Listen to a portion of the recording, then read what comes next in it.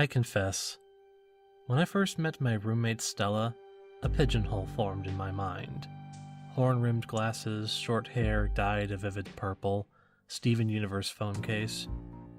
I was stereotyping, and that's not right. But damn it, they filled in that pigeonhole on their own.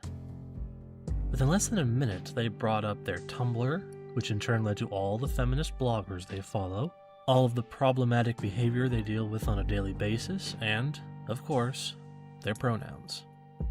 They also brought up the fact that they identify as asexual, before casually alluding to the many, many sexual partners they've had in the recent past. And I'll just say it right now, alright? I'm a feminist. I'm all for equal pay, representation, be it in entertainment or government, elevating the voices of women of color, which by their own admission they are neither. I don't know, there was just something about Stella that made me think to myself, oh, one of those people. I'm sure they, and many others as well, would just chalk that up to internalized misogyny or me just not being radical enough.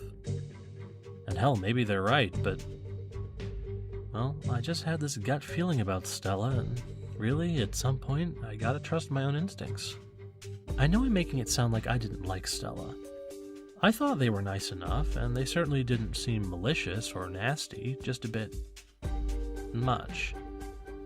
At least when they were on about something. They were perfectly pleasant to be around so long as the subject wasn't heavy. One thing I liked to talk to them about in particular was their wig making hobby. Their Instagram was filled with all of the wigs they'd made over the last several years. I asked them if they were into cosplay, and they said no. It was just something they liked to do, though they did sometimes make cosplay wigs by commission. I asked them a little bit about their process, and they gave me a brief overview of how they do it. It's nothing I could repeat in detail, but they gave me a general overview of how they measure the head to make the foundation and so on. They adamantly stated that they only use human hair, as anything else would be animal cruelty. When Halloween came around, I asked them if they had any ideas for a costume. Big mistake on my part, as this led to a long diatribe about how modern celebrations of Halloween are an imperialist insult to their pagan heritage going back thousands of years, or to the 10th grade. Either way. However, as opposed as they were to the idea of dressing up themselves on Halloween, they gave me a few subtle hints that they'd be more than happy to make a wig for anyone who did want to dress up. For a fee, of course, as any reasonable person would expect, yet they still felt the need to spend 15 minutes cursing capitalism and patriarchy. Nonetheless, I filed the information away for potential use in the future. When Maddie Mazzaro mentioned that she wanted to go as Jasmine from Aladdin, I seriously debated whether or not to suggest going to Stella for a wig. After all, surely Aladdin was far too racist to be worth laboring over, especially since Maddie was, white. But when I showed some of Stella's work on Instagram to Maddie, she decided it was worth the risk to ask. It was a risk that paid off because apparently Stella said yes. I was genuinely curious as to what line of reasoning they had for thinking it was okay for them to do, but I also didn't want to incite yet another rant, so I let it lie. As they said before, Stella would only make the wig out of human hair, and Maddie was absolutely unwilling to shave her head just to make a wig. Luckily, Stella said that they could order the hair online. All they needed from Maddie, apart from the money that is, were the measurements to her skull and one small lock of her hair. Stella told me that they used the hair to get an idea of what kind of hair fits with the person in question. Yeah, it doesn't make sense to me either, but they're the experts, so... Word quickly spread throughout the school about Stella's master wig-making skills, and quite a few other girls, and even some of the guys, went to them with requests, all of which they accepted despite their seemingly problematic implications. There was more than one Elsa, a Daenerys Targaryen, a Princess Leia, and even one Weird Al. Each one came with a set of skull measurements, a lock of hair, and a fat, juicy PayPal invoice. Stella had to stop taking commissions by the 20th because they'd never be able to finish the backlog in time. When the finished products were delivered, the quality was outstanding, a sentiment shared by all their customers. For such a staunch Marxist, they were becoming something of a captain of industry. I didn't get one personally because I dressed as a turtle. Go ahead, laugh, but the point is, you don't need hair, yours or otherwise, if you're a turtle. Halloween came and went, and when it did, Stella's commissions took a deep dive, as was to be expected. Save for a few regular cosplayers, Stella went back to making wigs for her own purposes. It felt as if everything was getting ready to settle back down to normal. All up until Maddie Mazzaro came forward about being sexually assaulted at the URI Halloween party. It was a few weeks after Halloween, sometime around the 15th of November. She accused a guy named Matthew Blake of taking advantage of her while buzzed. When I first heard, I was shocked and mortified. Not that I knew him very well, or at all, but still, how can you hear something like that and not think it's awful? It wasn't quite as surprising to Stella, though, who just snorted and said that they suspected it all along. He was constantly contradicting them in Philosophy 101, and they could tell he was just another alt-right neckbeard shitlord who does nothing but complain about the friend zone. In their words, it was only a matter of time.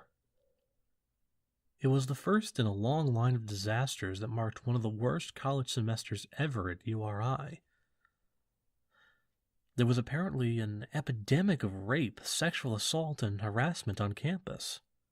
I know that's something you hear fairly often in the headlines of certain left-wing news outlets, but this was different. This time, the number of people who came forward was actually on par with the statistics of the occurrence of sexual assault on college campuses. Normally, the number of accusations is much lower because women are afraid to come forward, but it felt like at least 85% of the female population on campus was accusing someone, male, of harassing them. Things got really nasty. Those who were accused, for the most part, vehemently denied any such wrongdoing. The administration had absolutely no idea how to handle the situation. At first, they simply released statements declaring their utmost opposition to such behavior. But when women kept speaking up about their experiences, the outcry just kept growing louder and louder, amplified by social media. There were rallies, many of which I attended, proudly. Stella even spoke at one. I think. It might have been another purple-haired femqueer, but regardless of who said it, the message was the same. The university cannot tolerate such behavior. It was awesome. It felt like an actual student-led movement making an actual difference. One by one, those guys accused of sexual assault were expelled from the school, and many of them were arrested.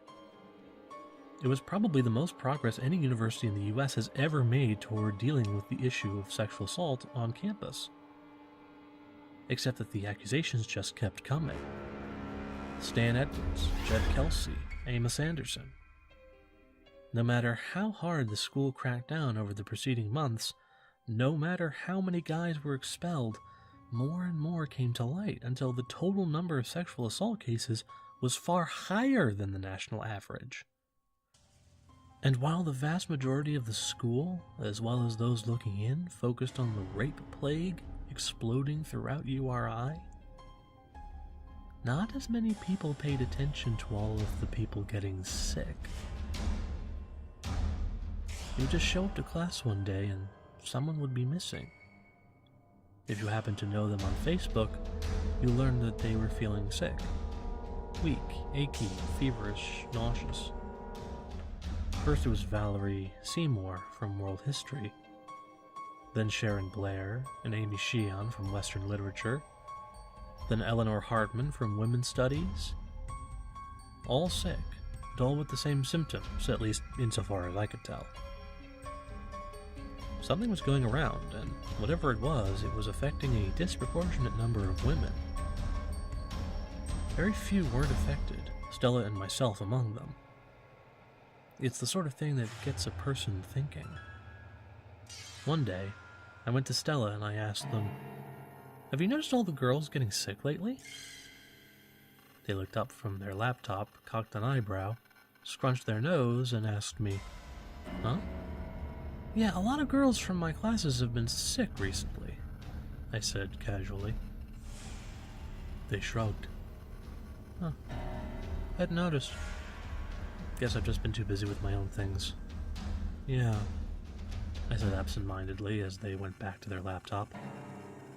Well, hope it doesn't get us. I'm sure we'll be fine, they said, not looking up. There is a part of me that just wants to grab something from a liberal website, an article that would be just enough to draw the ire of a radical leftist like Stella.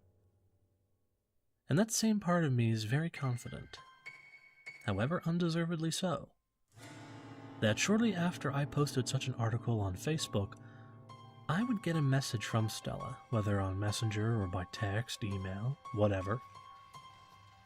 And in that message will be a simple, polite request. A request to, completely pro bono, make a wig for me.